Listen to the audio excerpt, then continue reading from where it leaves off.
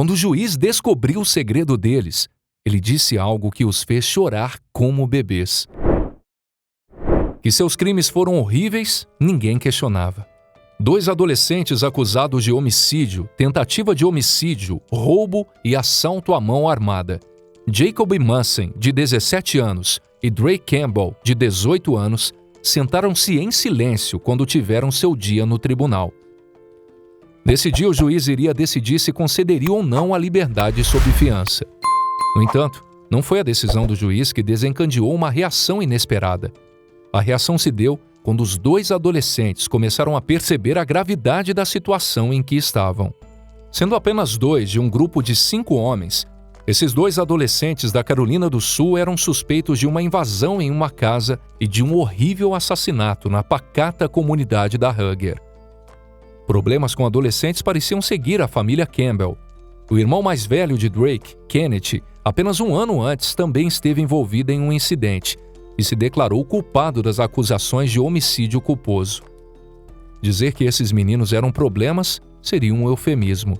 Um dia antes dos meninos aparecerem na frente do juiz, a mãe de Jacob, Susan, implorou por misericórdia. Sua irmã até falou em sua defesa, alegando que Jacob era o seu melhor amigo e ele simplesmente cometeu um erro horrível. Ela não desconsiderou a gravidade da situação, mas acreditava que, no geral, ele era um bom garoto. Eu sei que o que ele fez foi errado. Eu entendo perfeitamente isso. Mas ele não é uma pessoa ruim, ela disse em seu depoimento.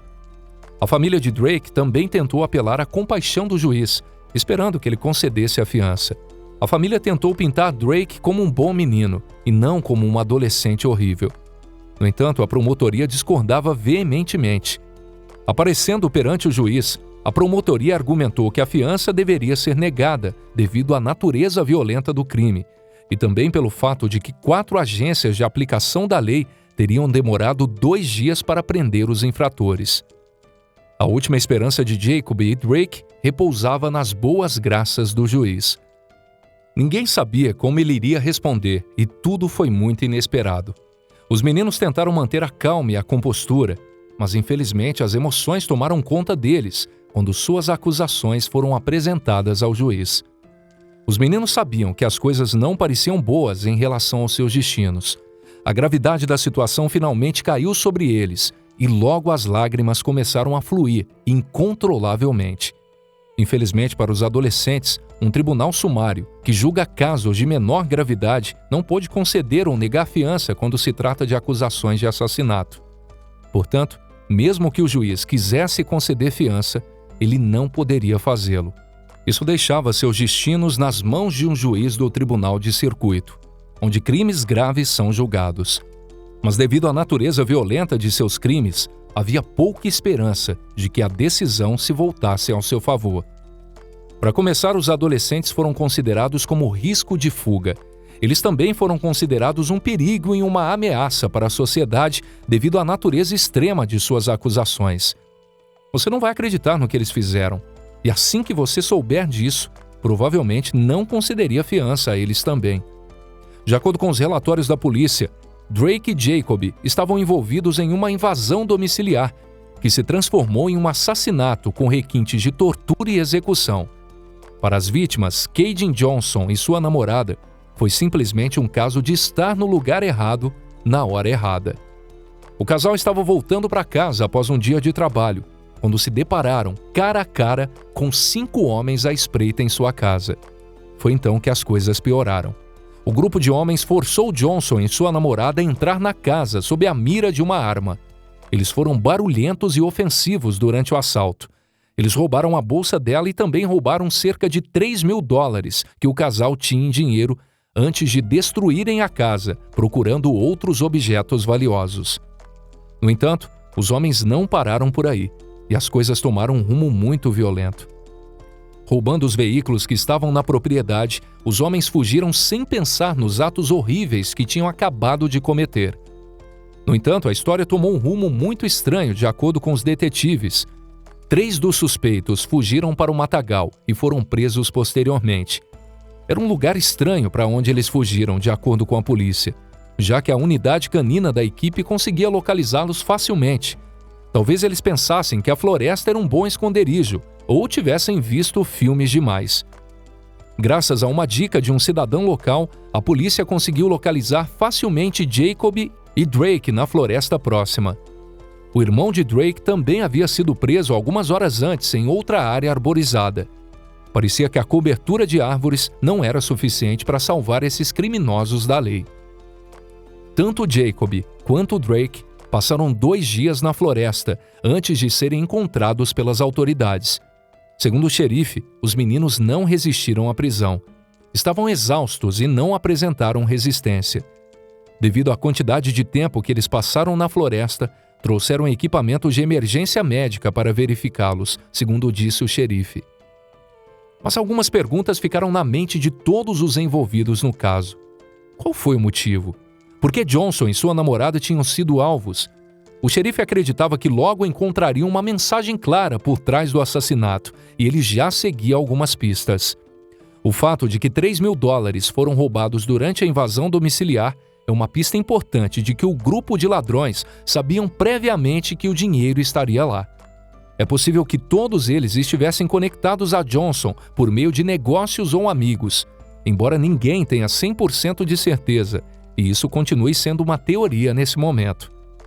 No entanto, havia uma boa notícia nesse caso horrível. A namorada de Johnson conseguiu sobreviver e não sucumbir aos ferimentos. Infelizmente, acredita-se que ela pode não ser capaz de identificar seus atacantes nesse momento. Portanto, a polícia está contando com a ajuda da população. A polícia foi rápida em agradecer a ajuda da comunidade local e espera que a justiça seja feita, ainda mais quando se trata de um caso com 2 adolescentes envolvidos. 2 anos após a invasão e o assassinato mortal, o Departamento de Polícia conseguiu que Jacob Munson fosse condenado a 40 anos de prisão. Drake Campbell recebeu 20 anos de condenação. Agora, com o tempo ao seu lado, talvez a família da vítima possa encontrar a paz. Jacob e Drake não são as únicas pessoas com reações emocionadas ao serem sentenciadas por seus crimes. Muitos outros criminosos durões se quebram quando a justiça é feita. Isso também aconteceu com o adolescente do estado da Flórida, Damon D.D. Camp, que surpreendeu a todos em sua audiência de fiança. Camp foi preso pela polícia após evidências mostrarem que ele era suspeito de uma invasão de domicílio, com agravamento de roubo no conjunto de apartamentos de Jade Park. Camp correu até os policiais gritando "Matei meu amigo". Quando os policiais ouviram essa declaração arrepiante, eles investigaram mais. Era por volta das 2 horas da manhã quando a polícia encontrou Camp, e quase 15 horas depois, eles conseguiram determinar onde ele morava. Quando eles foram para o conjunto de apartamentos, eles encontraram um buraco de bala na porta e um invólucro na escadaria. Quando entraram no apartamento, encontraram algo saído de um filme de terror. Eles localizaram os corpos de Trey Ingram e Jordan Payton, amigos de Camp. Ambos os indivíduos foram baleados várias vezes e deixados lá para morrer. De acordo com o relatório da polícia, quando Camp foi preso, ele dizia aos policiais as coisas mais loucas. "Para ser honesto, eu ia ficar com meu amigo, o Ace. O nome dele é Trey Ingram. Eu atirei nele." Esse foi apenas o começo do seu comportamento errático. Ingram era um estudante da Bethune-Cookman University e um atleta promissor. Payton e Ingram deixaram Camp ficar em seu apartamento de graça. Um ato generoso que se mostraria fatal. A coisa mais horrível sobre esse incidente é que os promotores acreditaram que o ato foi premeditado, acusando Camp de 2 acusações de assassinato. Quando ele foi levado para o tribunal, seu comportamento foi chocante. O juiz encontrou uma causa provável para sua prisão e negou-lhe a fiança, mantendo-o sob custódia policial. Quando Camp ouviu a notícia, começou a rosnar e gritar. Seus olhos ficaram esbugalhados e ele balançava a cabeça, mostrando o quão chocado ele estava com a decisão do juiz. Ele começou a mostrar os dentes em desacordo com a sentença, mesmo já tendo admitido ter atirado nos 2 adolescentes. Ele gritou, "Deus!" 1 e 2 vezes, chocando todos no tribunal. Em resposta, os membros da família da vítima gritaram de volta, mostrando a Camp a dor intensa que estavam sentindo. Um dos membros da família de Ethan gritava, "Dedê, por que você faria isso com Trey, Dedê? Eu te alimentei. Trey te alimentou. Ele deixou você morar na casa dele sem pagar aluguel. Por que você faria isso com Trey? A mãe de Ingra até teve que se retirar da audiência devido às fortes emoções que sentia. As reações de Kemp começaram a causar suspeitas entre todos os que assistiam, embora ainda não haja informações sobre um possível motivo. Muitos acreditam que o estado mental do jovem não é 100% estável, devido às suas reações ao entrar no tribunal. No entanto, outros afirmam que tudo ali era encenação de Kemp, que estava tentando conseguir uma pena mais branda por se mostrar com problemas mentais. Embora o comportamento de Kemp seja incomum, não é o mais extremo que vimos. O adolescente Dylan Schumacher foi condenado a 25 anos de prisão depois que ele espancou o filho de 2 anos de sua namorada Ashley até a morte. Seu crime não foi apenas um dos piores já cometidos naquela cidade, mas sua reação também foi chocante. Enquanto o juiz lia sua sentença, Schumacher não podia acreditar em seus ouvidos e começou a gritar que ele nunca quis machucar ou matar a criança. Schumacher estava cuidando de Austin quando ele começou a chorar. Schumacher, frustrado porque o bebê não parava, decidiu bater com força na criança. O juiz repreendeu Schumacher dizendo: "O garoto te amava, ele confiou em você e você o traiu." O juiz também questionou a validade da sua história, a de que ele nunca quis machucar a criança, o chamando de manipulador e enganador. O juiz até tocou uma gravação de telefone que o adolescente teve com sua mãe enquanto aguardava julgamento. O registro mostra que você diz em um telefonema para sua mãe, feito no centro de detenção, o seguinte: "Eu sou jovem loiro de 16 anos. Provavelmente tudo o que eu tenho que fazer é chorar na frente do júri e eles vão sentir pena de mim." 13 pessoas leram cartas no tribunal sobre como o crime impactou suas vidas, incluindo o avô de Austin, que compartilhou sua experiência. "Na noite de 19 de março, a vida da minha família foi dizimada, porque isso não precisava acontecer. Ele teve inúmeras oportunidades de sair e procurar ajuda, mas não o fez." O espancamento fatal não foi a primeira vez que Schumacher usou violência contra uma criança. Seus advogados tentaram argumentar que essa tragédia não era culpa apenas de Schumacher, deixando todos os ouvintes incrédulos. Mas havia outras dinâmicas em ação lá, incluindo a incapacidade do meu cliente de controlar sua raiva ou frustração e sua inexperiência em ser babá. A promotora Colin Kurt Gable não deixaria essa declaração vingar nem por um segundo. Culpar alguém além de Dylan pelo que aconteceu mente na cara da realidade, ela disse. Ela passou a argumentar que, embora ele fosse inexperiente em cuidar de crianças, um garoto normal de 16 anos nunca teria feito o que fez. A pena mínima não ia acontecer para esse adolescente. Como mais evidências revelariam posteriormente, Schumacher torturou a criança antes de sua morte.